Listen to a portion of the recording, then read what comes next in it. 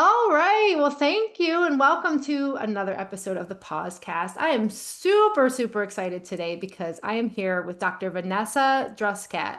Hi, Vanessa. How are you today? Hi, Rachel. I'm great. It's great to be here with you and It's your good audience. to see you again. And I know we saw each other a few weeks ago in the Goldman EI coaching alumni group. So just so honored that you are here. And we're going to talk about your new book, The Emotionally Intelligent Team, Building Collaborative Groups from that outperformed the rest. It just came out, and I cannot wait to get into it as I am a huge, huge fan of EQ, and that's what I coach on. I coach leaders, and team is like my next level too. And I love that we now have a guidebook that you are a total expert in this, and I'm just so excited to share. So let me just intro you a little bit, and then we'll, if it's all right, well, you can lead us in a pause. Sounds great. Yeah, all Yeah. right.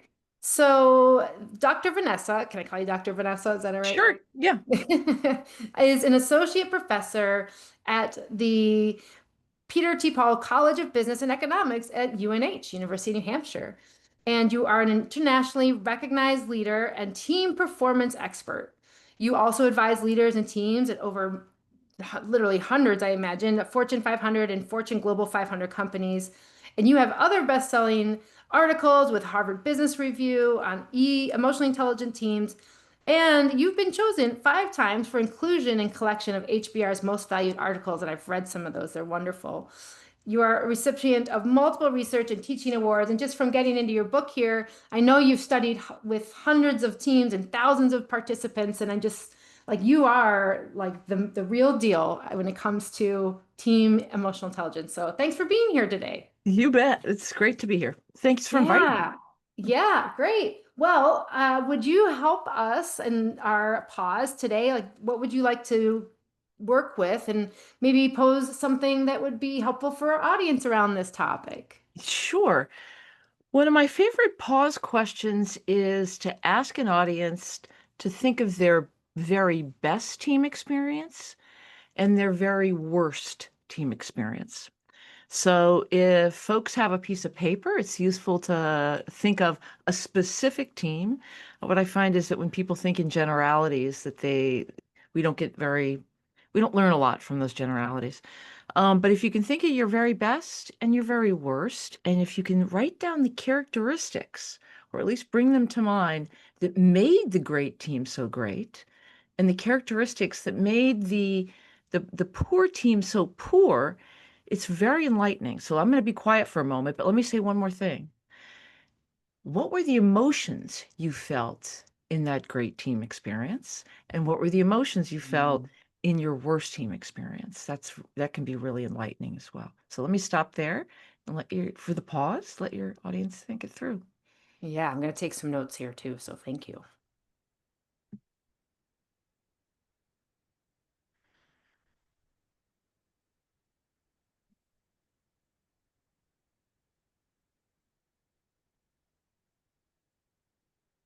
All right, I got some ideas. And if you're still thinking about that, anyone listening, please just keep going, write down whatever works for you. And I've given this a little thought.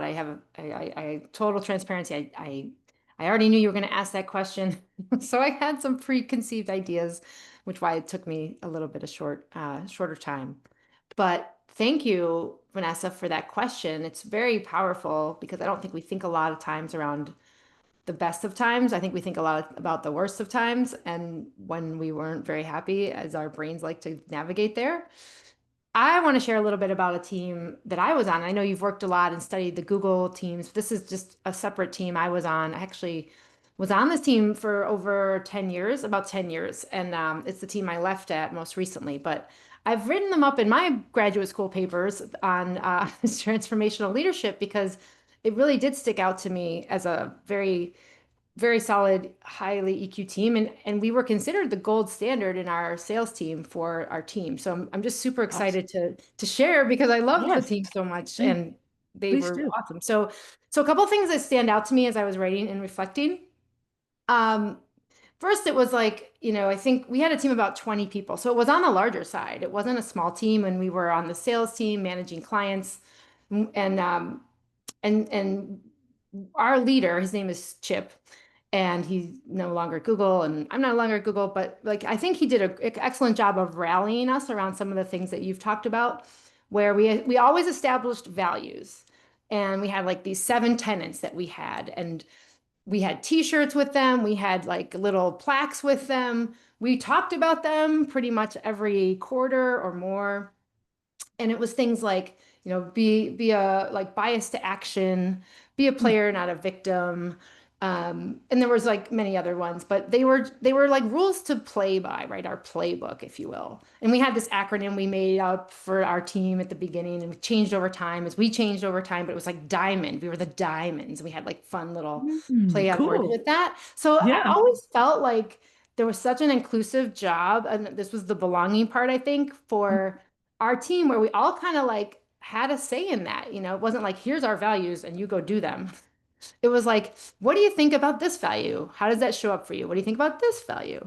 And Sure. I think that, we had a lot of norms. We'll talk about norms a little bit, but like kind of give people the experience. So one of the most quirky things that we did is that after every team meeting, 8:30 on a Monday morning, we would do a ritual where we would stand up and do this pow it out, quote unquote, pow it out, like powwow. So we'd all stand up, whether we were on Zoom, like, because we weren't in the same meeting room, especially during Yeah. COVID. Yeah.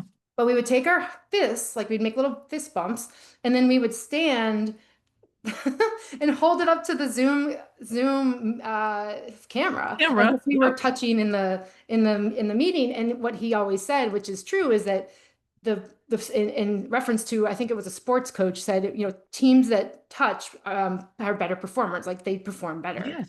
Do you know who Yes. said that? There's like a total quote about that. But the teams who I don't have know who said it, physical but there's a contact, research study. There's a right, research there's study on research that. on Yeah. it. So the Yeah. teams that have physical touch actually do better. And so that was like our whole thing. And so we'd pick a word and we'd say like, count of three, Q4, or like count of three, like jump on the bandwagon, or I don't know, whatever it would be. And it felt super silly, but we all did it, and we did it for like years. So Wow, those are that's just some so of the norms great. that we did. We also had a norm around our, like I think a lot of times right now, and this is an interesting one because Google, it was like you referenced this too in your book, where people just type at meetings. You're just like Yes. on your laptop and then you're multitasking, and it's totally normal. Like that's the norm. And that was a Right. pretty much a general Google norm. You'd bring your laptop, you'd sit down, type it out. So we had a norm where you weren't allowed to have your laptop out. You had to put your laptop down, so to speak. Perfect. Which meant you had to show up like and listen. Yes. And I think the only people allowed to have the laptop up were the people running the meeting or Right. presenting or something like that. So we had that as a norm. And I think that really changed things up because it required us to be there and present and like show up in what we were doing with our values, basically. So I wanted to share that because first, it was awesome to be on a team like that. And I think we all felt that. And that was the belonging part. But I also Yeah. think like it taught me like it's totally doable and possible to just have that on any team, despite any norms in a company, or what maybe might be the norm outside the system, right? Outside of the thing. So I thought I'd share that because I like the practical aspects of it and how tangible it is, right? Like it's just kind of neat in your Yes. context of what I said. I'm curious what your thoughts are as I share that. Well, it's interesting because I have so many leaders say to me, yeah, but Vanessa, these are adults. I can't ask them to do things like this, like the touching that you were doing, or even coming up with the values. So how did people feel about that? Did Yeah. anybody resist? I mean, there's often resistance Yeah, when it yeah. brings I up. mean, I think we just acknowledged that it was a little funky. Like we're like, this is Okay. kind of silly, but it's true. And like we just went back to the research like you do. We're like, hey guys, like this is true. Like this is what happens when teams have physical contact. And then we kind of all bought in. And not just the leader did it, but like his direct reports, which were the directors, and then like the 30 people on the team did it. Sure. So I think there was a little bit of like, are we really doing this kind of talk? And Sure. then we like Sure. look Sure. around. But we did have offices who were together in bigger clumps like New York and San Francisco. So like we just did it there, and then we liked it, and then we started liking it. It was like the Yeah. thing we Yeah. That's did. great. I love that Yeah, story. Thank yeah. you for that. So I would Yeah. say there was probably just like anything you start that's new, it's like, well, like really, but we Hmm. did it. And we're like, all right, all right. And it's only like 2 seconds, it doesn't take Right. a long time. Right. So Right. to me, that was good. And I think because the intention was there, like the expectation that Chip set was, we're doing this. Like this is how we're Yeah. going, and we are being Yeah. players, and we're biased to action, and we're doing it right now. Yeah. Yeah. Yeah. Yeah. That's so key. That's great. What a great Yeah, and story. then we had great culture. Like I think, and the gold standard of it was, I think our head of the whole department like really did look to us. We did great on all the like all of the 360 the annual surveys. We did really well, and the managers did really well. So I feel like it just trickled down to everything, and I'm so grateful because I have that as an experience, Right. and Right. I'm sure everyone else is, and we still to this day like have some fun on the team with like, being alumni and everything. We Sure. still communicate. We still have good times about these topics. Yeah. Yeah, that's so great. I've done this exercise quite a bit with audiences, and many people have a hard time coming up with the best team experience. Well, And if I didn't have that team, it would be tough. It would be a hard one for me yeah, yeah, because I yeah. think, like we said, like there's a lot of folks that, including, most people are looking at the ones that didn't go great because those are the Right. ones that stick out. And then Yes, like, they on do. the opposite side of the spectrum, I have similar ones that was at the same company where it was very disjointed. Right. People weren't in a cohesive space that felt like we were a team. It was just like 15 people all on their own agendas kind of thing. Right, right, which is really common. Yeah. Yeah, Good. yeah. Cool. So thanks for bringing that up. And from your side, like one of the big things I'm also getting is individuals with EQ does not equal an EQ team. Like it just doesn't add up. Can you share a little bit about that? Like I know that's a big part of your research is if you hire all those folks who are highly super emotionally intelligent, it doesn't translate. So what's Yes. going on there?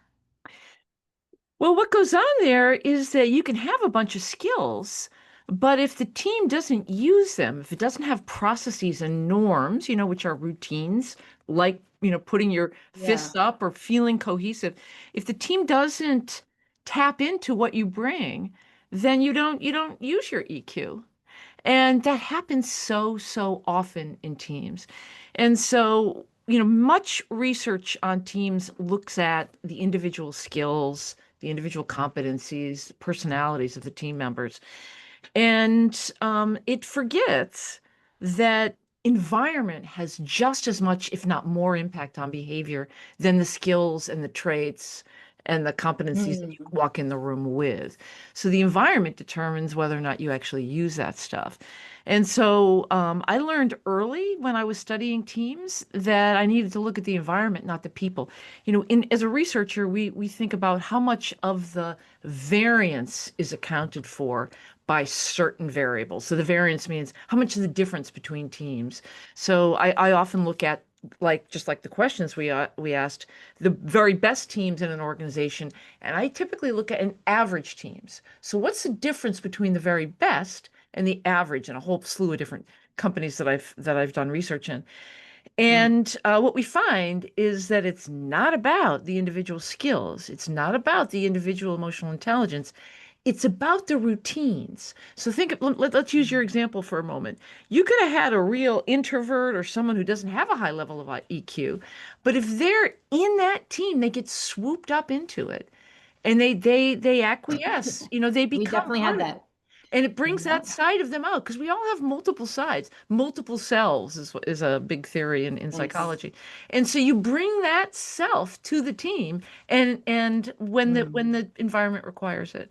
And you can also bring and this was stuck out for me when I was first participating in teams in the workplace when I was young. There were so many teams I'd join, and they'd bring out my worst self rather than my best self. I learned at a young age that I could be like your best team member, or I could be your team member who was confused and not Yeah. happy, et cetera, et cetera. And so much of it was just whether or not I felt like I was valued, my talents were used or tapped into. So anyway, that's really my whole thesis and what the book is about how to build an environment that brings out the best in the people around you. Yeah, and here I so relate, Vanessa, around bringing out the worst in you, and I feel like that's such a common theme and thread around all of us, and I know that is when I wasn't valued or seen, and then I just get fear, like I just feel I'm filled with fear and anxiety because I know I feel like I got to do it right. I'm going to get in trouble. Yeah. I am not doing it fast enough. They need something from me. And then all of a sudden it's just this chaotic swirl. That's when I burned out. Like I actually burned out. I took a three Yeah. month unpaid break from Google. And this was Wow. like 15 years ago now because it was me like on the swirl of it. And I didn't know how to regulate. And I didn't know I was in fear, which was the EQ part, which I had no training in at the time. So Right, now it's right. like, not the case, of course, but that's, I think, really common for a lot of us if we're not feeling that we are in a space feeling seen and heard and valued, which is, I think, a core of what your work is and like knowing you belong. Yes. Yes. I mean, so many people have told me that the a predominant emotion in their worst team experiences was fear.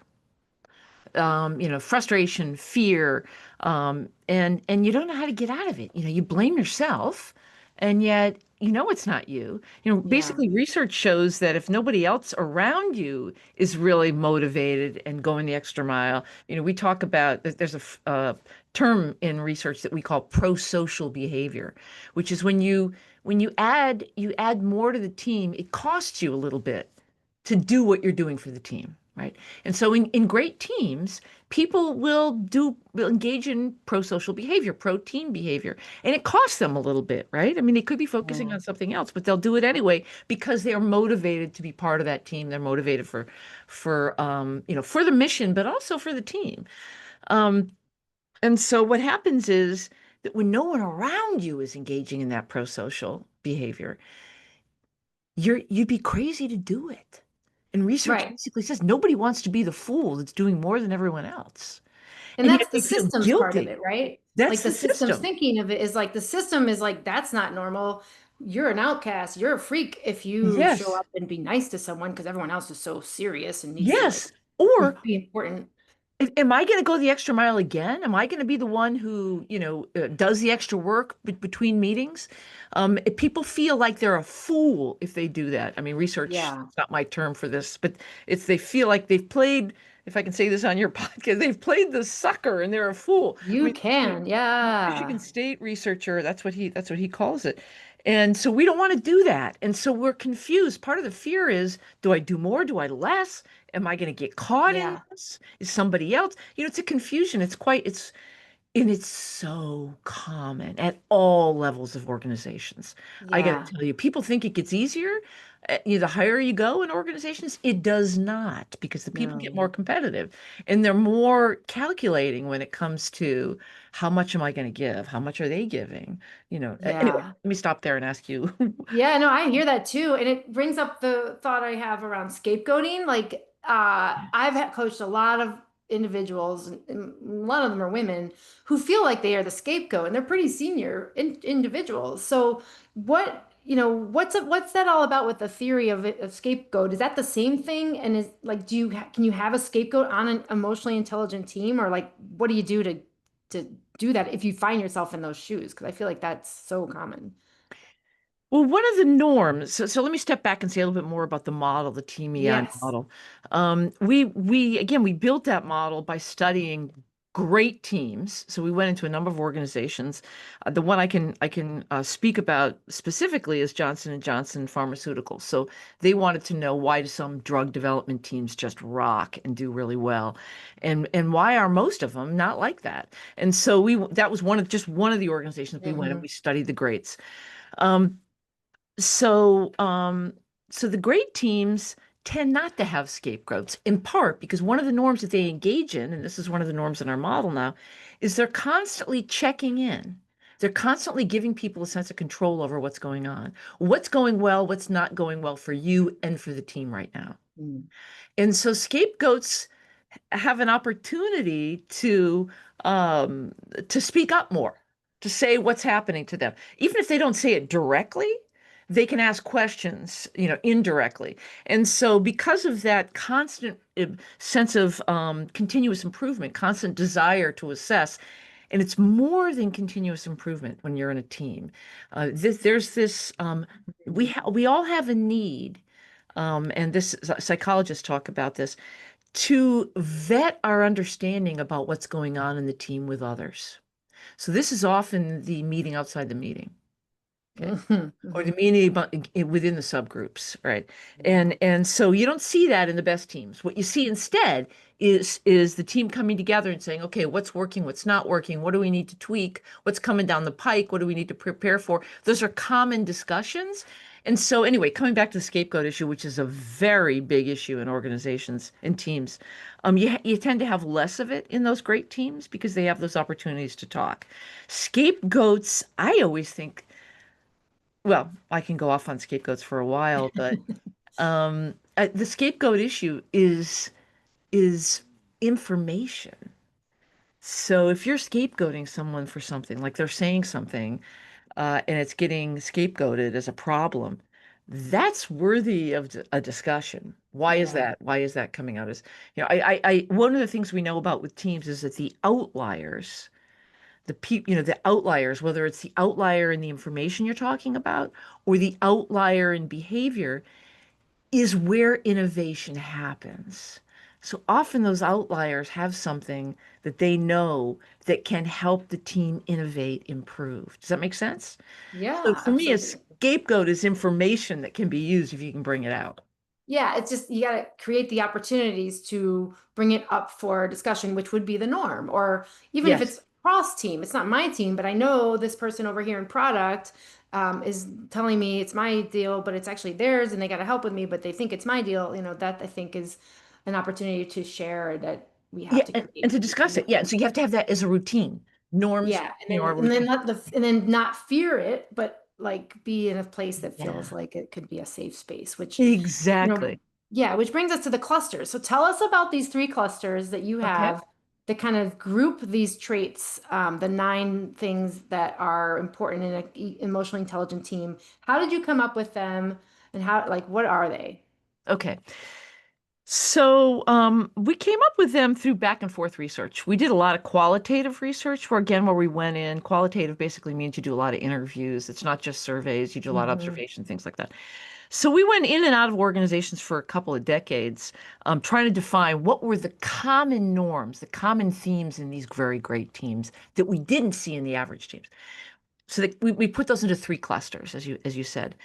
So there's nine norms altogether, and the first cluster really focuses on individual team members, and we call it how we help one another succeed. So these norms are all about the individuals, and we've known for a while in group dynamics, if you don't care for the individuals, they get frustrated and they check out. So part of the motivation to for that pro-social motivation to care is that people care about you. And so one of the norms, for example, in that cluster, there's three norms. One of them is about demonstrating care and respect to each individual. Okay. And we recommend that you define that. And I can dig more deeply into that if you're interested, but let me go to the second cluster. That's a good one. Yeah. The second cluster is about having those discussions together and advancing and learning as a team, sharing those experiences, sharing information, being optimistic, being pessimistic together, allowing the pessimism in, and also making sure there's some optimism in, and making sure everyone gets heard in that process.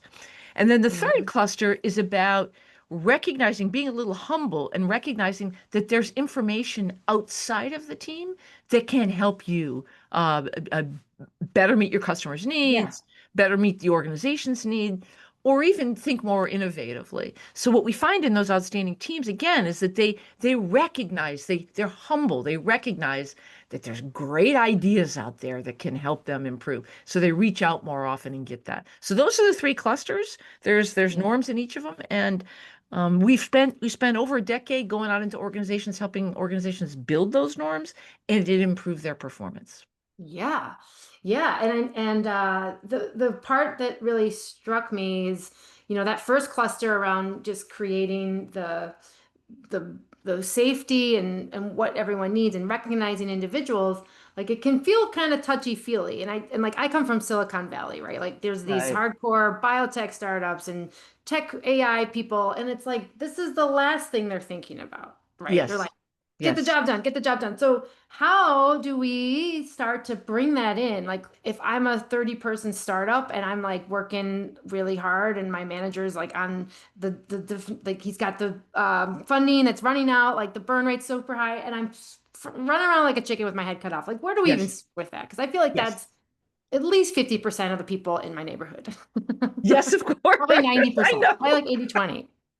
And it's, by the way, when I'm in a team and someone says we're going to start with this touchy-feely stuff, I think, oh God, I don't Yeah, have time. So yeah, it's a very real thing. Well, I yeah. gotta say, what I do when I work with teams, and most of them who come to me are like that. I go back to the research. And I say, and Always. the very first norm in that cluster is about understanding who these people are, getting to know them, peeling the onion. So, who are they? What are their needs? When they're Yeah, in a team, what are their proclivities? How do I yeah, need to give them information? How do I give them? So you're uncovering that onion so that you can work better together. And you've probably heard me say this before, but I often reflect on musicians, bands, sports folks. I'm okay. reading an amazing book right now that someone just sent me about a hockey player who says no one wins alone. But they have to get to know That's good. how do I deliver the pass? Where's this person going to be when I'm? And so you got to know what everyone brings. And so what I do is I show them the research and I say, Yeah, we're going to do this. We're going to do it as efficiently as possible. And it's going to make us a more efficient team. We're going to have less problems along the way. yeah, We're going to bump into less frustration. And when we do have conflict, which every team does, we're going to be able to repair it quicker, faster. yeah, We're going to be able to say, "Hey, I know you respect me because we put that in a norm and you know me." And we're going to, and it just yeah, speeds everything up in the long run, but you have to trust the yeah. investment. Yeah. That's so good. And well, now I got another example to share around Chip's team because we did Good. that. But here's how we did it, and it might be a good thing anybody can pick up on. We did two truths and a lie. Do you know two Cool. truths and a lie? Yes, of course. Right. Yeah. So as if you joined our team in the next team meeting and we, give you a little prep time, we put it up, but you got to share the two truths and a lie, and then we'd have to guess which one was the lie. So you already get to know people that way. It takes like 3 minutes and it's so fun. Like everyone's like, whoa, like what is the truth and the lie? And that Yeah. worked super well for us. And Sure. Sure. That's like that great. was one example that we had. Yeah. Yeah. Yeah. Well, my favorite question is, what are you excited about right now Yeah. on the team? And what are you nervous about right now with regard to our team? And That's a great so one. you can kind of get a sense of where people are with things with that. Yeah. Yeah. Yeah, yeah, thank you. We also think about belonging because this is a huge topic, I think, that's not Yeah. talked about at all usually, and it's a huge No. part of EQ and teams and individuals either way. Um, and I mentioned, it's a choice to belong, I think, when we were on that last call, and you were Right, saying the right. team has to incorporate the belonging. So my thought is, or my question, I should say, is, how do I create that as like a really core component of a team where it's like a bunch of chickens with their heads cut off, or we're not knowing how to belong? Where do we start? And like, how does that work? If I can choose to belong and also know that the culture needs to accept and like hold me. Yes. Yes. So I can give you an example, in fact, of a team that we worked with that really needed that badly. Yeah. Well, but let me step back and just moment for moment say how important belonging is. I mean, this is the need. There are researchers, psychologists like Susan Fiske, who's at Princeton, who's been looking at this for decades, and she considers belonging, and many consider belonging the most important need that we have when we enter groups. So it's wired into us. This is an involuntary need. So when I give talks to people, I often share examples of research that just shows how, it's so involuntary, and yet we don't know we have it. We only know it when we don't have it. We don't feel like Hmm. we belong. But anyway, so it's so important. So how do you define it? Let's define it, and then we can think about how you're going to build it.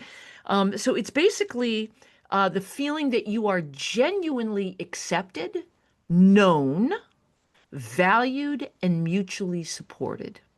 So the first accepted, it's easier to accept you if I know you. Known is the first thing Yeah. on the list. Okay. So let me tell you the example, coming back to that, this is all about that beginning. A beginning of Yeah. belonging is all about that first cluster. Let me also say though that everyone knows when belonging is fleeting. So mutual support and value means that you listen to me, which is about that second cluster of norms. Okay. So I'm just going to let go of that now, but Yeah. focus on Yeah. what we did with this Sounds team. good. So we had a team come to us that was having problems, bunch of, it was all men, very masculine team. And their performance was tanking. And, their competitors were taking market share Uh-huh. away from them. And so, and they were arguing. And we got them into a room together, and we realized right away that none of them felt like they belonged. None of them felt valued. None of them felt like anyone understood what their individual situation was. And so, and yet we also knew we they were going to be really resistant to doing anything touchy-feely. Yeah. But anyway, what we did was we shared the norms in the first cluster, and we convinced them that they needed to, build some of these things. And Yeah. so, in a laughing way, they decided that what they were going to do was look one another in the eye and nod their head up and down every time someone spoke. So good. And so, what this was going to do was demonstrate respect. This is how they were going to define respect and care, demonstrate caring, demonstrate. And they started doing it. And lo and behold, what ended up happening is they started listening to one another. We also did an exercise Mm. where we helped them get to know one another a little bit better. We slipped that in there without them realizing it. And anyway, they started sharing more information. They started solving the problem together rather than feeling like they had to be defensive and competitive. And it was this small act had a huge consequence. The small act of nodding your head and being able Mhm. to ask questions in the middle of that really opened up, their EQ, their team's EQ, and helped them, by the way, very quickly turn around their problem and then regain Wow. that market share that they'd had before. It happened so quickly that the whole company was confused How about. long did it take? Was it like a quarter? Like Uh, yeah, it was about a quarter. Yeah, wow. yeah. Wow. That's so powerful and It just was like really test to powerful because they were smart. They had the ideas. They just weren't sharing them and doing them. it's Yeah. almost like they were unlocking the way for their information to flow differently because they had a different sense of connecting. And they did. And so they were working like a team now. And Yeah. and you know this from your experience at Google in both the good and the bad. The teams are better. We're better together than we are apart. And when you get smart Yeah. people or even mediumly smart, even B or B plus people, we know this from the research, in a group and they work together, they're smarter together than apart. Yeah. And you need that togetherness to solve a lot Yeah. of these complex problems these days. Yeah. Can you have a can you have that type of environment when the leader may not be the one on board? Like if it's not coming from the leader, but it's kind of like, how do you do that when it's not from the top down, but maybe there's maybe one or two strong A plus A people in the zone of let's figure something else out differently. It's a lot harder. But if those people can kind of band together, and if they can have influence over the norms in the team, if they can have influence over the Mm, leader, because what you need to do is you need to kind of get some let time them on the influence. agenda. The biggest thing they can do is say, let's take a look at the way we're operating, because there may be some things we can do to make us a better team. And if you Yeah. convince the leader to just have that conversation, that can kickstart it. And again, you Yeah. don't have to have big changes in the norms, in order to have big impact. That's really helpful. Yeah. And so we've gotten into this emotional intelligence side and talked a little bit about why that's important to have in the norms. Uh, I know a lot of us in the business world also think about just, the academic and performance side where it's cognitive. And so I'm curious because there's different models out there, right? This is just one model, but there's other models out there and there's other experts. So how is it different to have an emotionally intelligent team versus like a cognitive and adaptive team that's more like in a different view, just a different lens, I'd say. Is it like the same or is it just a different way to think about things? Can you share what is different about it? Sure. In fact, I have a colleague at Carnegie Mellon who studies. what she calls collective intelligence, and she looks Mm. at IQ and how that contributes to teams and things like that. And she finds, similar to what I find, that the individual IQs on the team do not predict performance. That the performance on the team depends on A, whether or not people are attending to one another as emotional beings, and B, whether or not you've got routines where you hear from everyone. And so let me just stop back and say this. Gotcha. There's so much so many different um, paths I can take to explain this this dilemma to you. IQ doesn't um, predict all that much in many situations, as you know. But in teams, we are more emotional than we are. Every interaction in the team sparks emotion.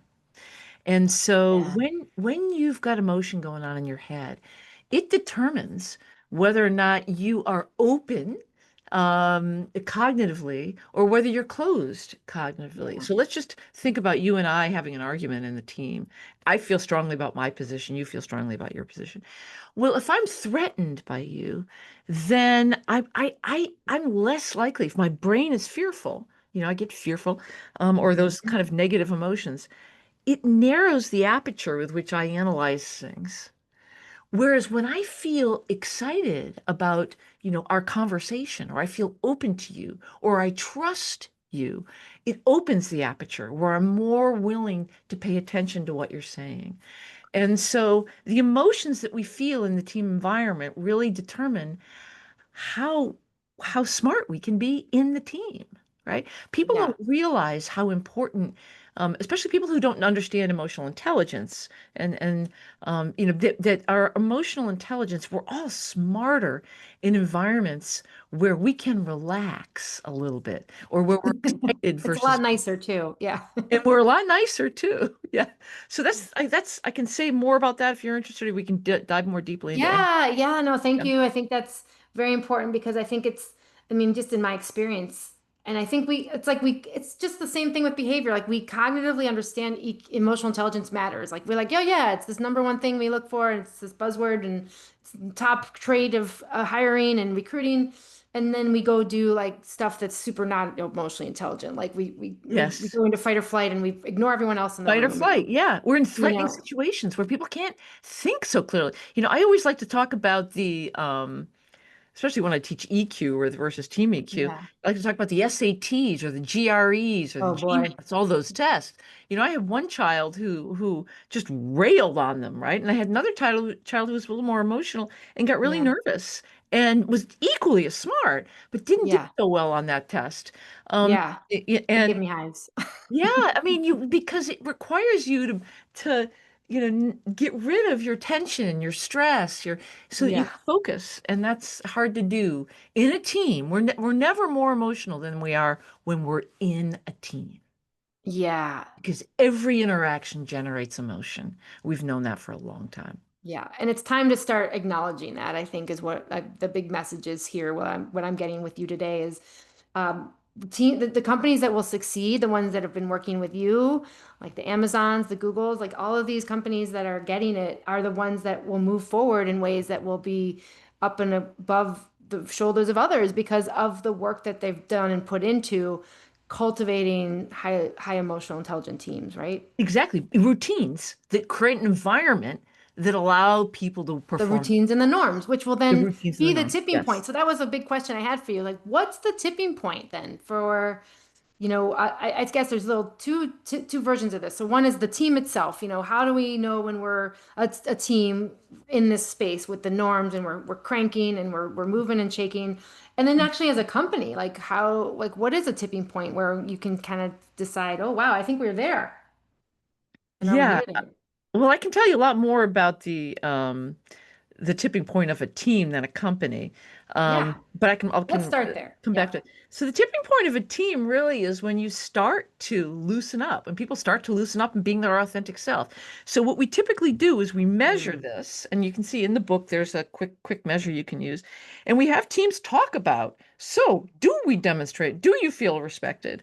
Do you feel Like you're understood and known in this team. All these aspects, each of these norms. And do we have routines that enable this? And so what we find, and I got to tell you, I was shocked at how quickly teams were able to improve once they had those conversations. So we would show them the data that said, this is what you said. And by the way, people with high status typically always feel like they're respected. It's everyone else. It's Yeah. other people who get ignored, which are most of us, right, in those meetings. But you need to bring them along in order for the team to really work. So what happens is as soon as you bring those people along and help them feel they can be their authentic selves, and you encourage them to speak up. So then you're gonna change the level of trust. You're gonna change the level of psychological safety, and you're gonna build a team where you're gonna see development, more shared information, smarter ideas coming out. So the tipping point is just the more people you can get to feel comfortable. I And love we that. measure it. What we do is we measure it over and over again. And once people are moving up on the scale of, yes, I do feel respected, and you feel it. You walk in the room. I do a lot of work with a lot of teams, and you can walk in the room and feel it when, Yeah. yeah, Wow, and that's authenticity is what I get on that, right? yeah, Like you just show up and you're you and you feel good because you are you and you don't have to put on a mask, you don't have to pretend you're the smart right, one. You're just right. accepted and belong. Yes, and let me just say this though, of course, because you are in the workplace, You are. Yes, you and are. so it's not like free for all everything, Yeah. but there's a continuum for this, right? And you're more able to come in and not worry about the mistakes that you're going to make and blah blah blah. You're Hmm. more you than you have ever been before in those Yeah. Big psychological safety there big then. psychological safety, yeah. And that's what we see in those great teams. So, coming back to the original question, what's going on in those teams, no matter what the industry that we're in, you see those high performing teams, that kind of same kind of esprit de corps, the same kind of excitement, the same kind of Yeah. authenticity that you felt when you were in Chip's team. Yeah. Yeah, Esprit de corps, yeah, very, very good. And I also think about remote teams right now because a lot of us are still three to yep. days a week or remote is more common. How do we like, is it the same? Is there more effort you need to put in if you're remote? What do we do if we're just not in person? Yeah, it's the effort. So I got to tell you, I've been working with remote teams for Yeah. 20 or longer, 25 years. And it has to be really clear what the routines are. So you have to have like you did, everybody put their hand up. You were On touching each on other the through the Zoom. We'll do it at screen. the end. Yeah. Yeah, so that's a much more concrete, it's Yeah. much more demonstrable, and that's what's required. So the teams that we've been working with during the pandemic, when all of a sudden, everything went south or everything went remote, they had been used to having these kinds of conversations. They'd been used to doing this kinds, and they just made things more concrete. They said, "What do we need now?" And they Right. answered it. And that there's trial and error in that. It's not like all of a sudden it emerges, but there is, let me say this, there's a psychological distance when Yeah. you're working remotely. And so you have to do a little bit more to overcome that. Most people think that everybody else has a relationship but me. Oh, Rachel and everyone else must be getting together. I'm the one who's not in the know. Yeah. It's like a weird, it's a fear. It's a fear, fight or flight kind of a fear that we have sometimes. We just have to overcome that. Right. Yeah, and like also what you're sharing about talking it, talking it is really just taking the taboo out of it. I feel like there's this level of Yeah. resistance on that because it's we can't talk about our problems. It's just like people. Oh, like we'll Right. pretend it's okay. Yeah, we'll And pretend. We'll pretend. Right. Yeah. just pretend because that's just easier and the reality is it actually is probably the worst and hardest thing to do if you're really trying to and aiming for being more cohesive in a highly intelligent, emotionally intelligent team. Yeah. Yes, absolutely. Yeah. Yeah. Wow. Well, we've talked about so much. I want to keep going, but we got to wrap it up. Yes. Yes, we do. Yes, we do. Thank you for so much. This has been so helpful. What would you say? Is there one thing you'd like to share that can just help anyone listening who has been intrigued by this, but they're, really curious on, they're going to pick up your book, but what are the things that really stand out to you that would be, you gotta do this or know this first? Yeah, I would just stop blaming it on the scapegoats and start looking at the system. Comes Start back to the looking at the scapegoats. routines. What's going on? Get curious Yeah. about why people are behaving the way they are in the system. And then the first norm always, this sounds so basic, but the first norm we always start with is getting to know one another, peeling that layer of who's in the room. And it doesn't have to be about personal information, it can be about work information, but find out what skills each person brings to the table, Hmm. and what they need in order to function well in a team. Mm. What do you need from us? In order to be your best self in this team. That's the kind of conversation that opens the onion, and it can really link to other good things. Oh, so good. Thank you. Way to start that. Yeah. And I know you also have a lot of resources. So for those who are interested to learn about assessments or get some starter docs, where can they go? What do you have? Sure. Well, yeah, obviously the book is just full of resources, The but I've book also is put some obviously the way online. to start. I Yeah. have a website, and I'm continually putting more. I've just put the website up about a month ago, so I'm adding more as we go. And that's vanessadruskat.com.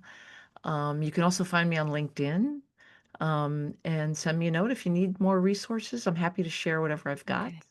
Um, Okay. yeah, Yeah, great. So VanessaDruskat.com. I know you've got the assessments that someone can take or use for your team there, and the book obviously is like the book to start with for this too. So, oh, we covered so much. Vanessa, thank you. Thank you so much thank for your you. research and getting this work out in the world at a scalable level where we can all become more emotionally intelligent teams together. So thank you. Thank you, Rachel. What great questions you asked. It's been really fun. So I appreciate your having me on your podcast. My podcast. Yes, Podcast, thank podcast. you. Yeah, yeah. Thank you. Thank you.